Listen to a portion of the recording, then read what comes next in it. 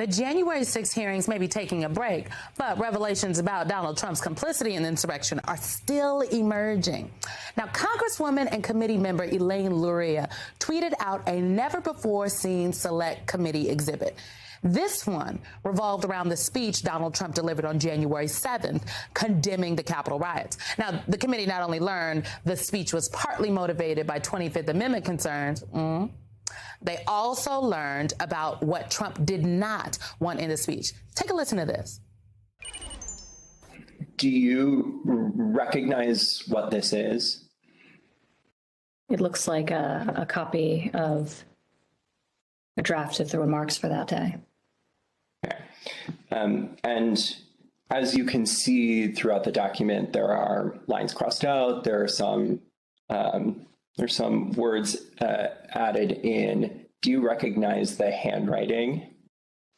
It looks like my father's handwriting. It looks like here that he crossed out that he was directing the Department of Justice to ensure all lawbreakers are prosecuted to the full extent of the law. We must send a clear message, not with mercy, but with justice. Legal consequences must be swift and firm. Do you know why he wanted that crossed out?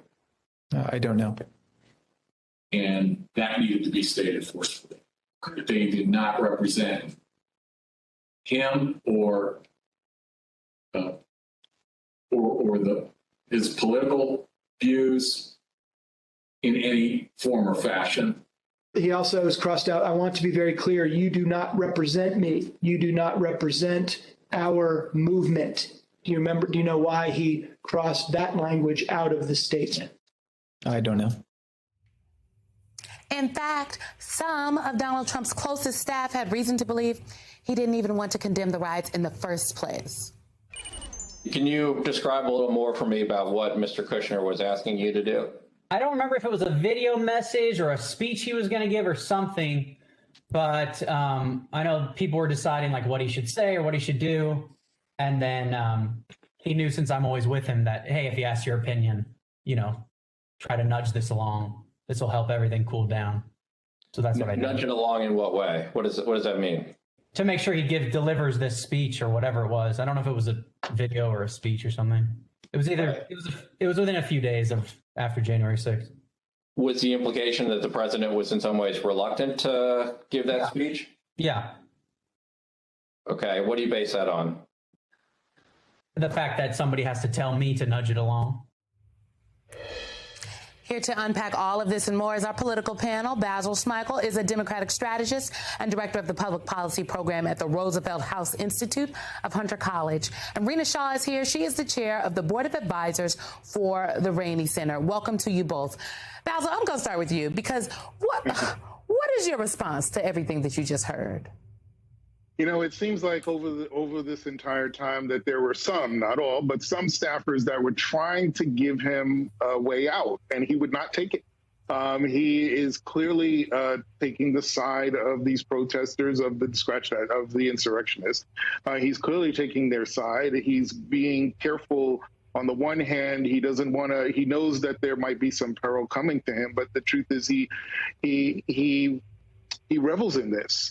He's reveling in the attention. He doesn't want to offend them. And we've heard that throughout, his presidency, when we go back to Charlottesville and he's talking about their good people or bad people on both sides, right? Like that constant sort of trying to make that balance is really not a balance at all. It is a hat tip toward people who have been consistently trying to undermine our democracy. And he clearly leans in that direction. And this is just this is just more evidence of that. Basil, this point that you just made, I think, brings me to this op-ed from Charles Blow of the New York Times. And I'm going to put some up on the screen for you. And he writes in there, quote, "The questions before the Justice Department are not only whether there is convincing evidence that Trump committed the crimes he is accused of, but also whether the country could sustain the stain of a criminal prosecution of a former president." I would turn the latter question around completely. Can the country afford not to prosecute Trump? I believe the answer is no. Rena, do you agree with this? Simone, where are we on the world stage as a nation if we show that somebody is above the law here?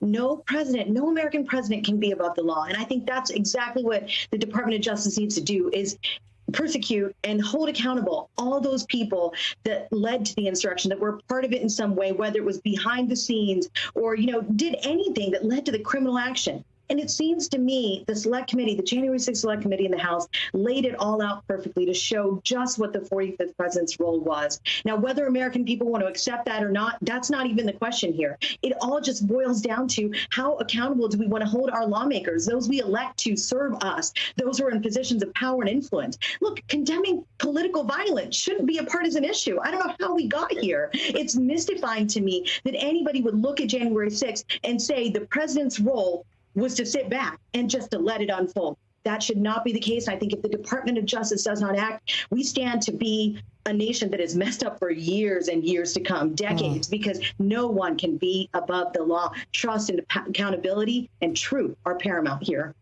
Well, we're going to continue to talk about this. Maybe the January 6th committee has some more fire up their Twitter sleeves. We will be watching. I want to turn to talk about the midterms, though. And Basil, I want to play, you are a former chair of a Democratic Party, and I want to play an ad by the Democratic Governors Association in Maryland. Take a look at this. Cox worked with Trump, trying to prove the last election was a fraud. 100% pro-life. He's fighting to end abortion in Maryland. And Cox will protect the Second Amendment at all costs, refusing to support any federal restrictions on guns, even pushing to put armed guards in every school. Dan Cox, too close to Trump, too conservative for Maryland. Now, that ad was funded by the Democratic Governors Association, and even though the ad criticizes Dan Cox, there are lots of folks that say emphasizing Donald Trump's endorsement gave Dan Cox a big boost with Republican voters that ended up helping him win. You are no stranger to, these tactics here, so I'm wondering what your take is on this. I think it probably works better in statewide elections than it does in local and congressional elections. Statewide elections, you generally have to be more moderate. That's why you saw, someone like Youngkin early on sort of align to some extent with Trump, but not really give him that strong embrace. We're seeing this sort of back and forth with DeSantis and Trump now. So can it work? I think from the January 6th sort of committee and looking at it from a national perspective, what that's done is it's helped make Donald Trump unelectable in a primary in 2024. Can those same tactics and can all of this kind of come together and make statewide Republicans unelectable in these next couple of years? I do think it's possible because, again, statewide, you have to moderate a little bit. But it has to be prolonged. It has to make the connection between what Donald Trump did, what these candidates are doing, and what's happening in the everyday lives of the voter. Without that, I think those ads sort of miss their mark. So I think that this sort of curve to that narrative, the other end of that narrative is, yes, they did all of these things, but how does it affect me day to day? And that's the piece that if it's missing, it will not be effective. All right. That'll be the last word on that. Basil Smikle, Reno Shaw, thank you both for being here.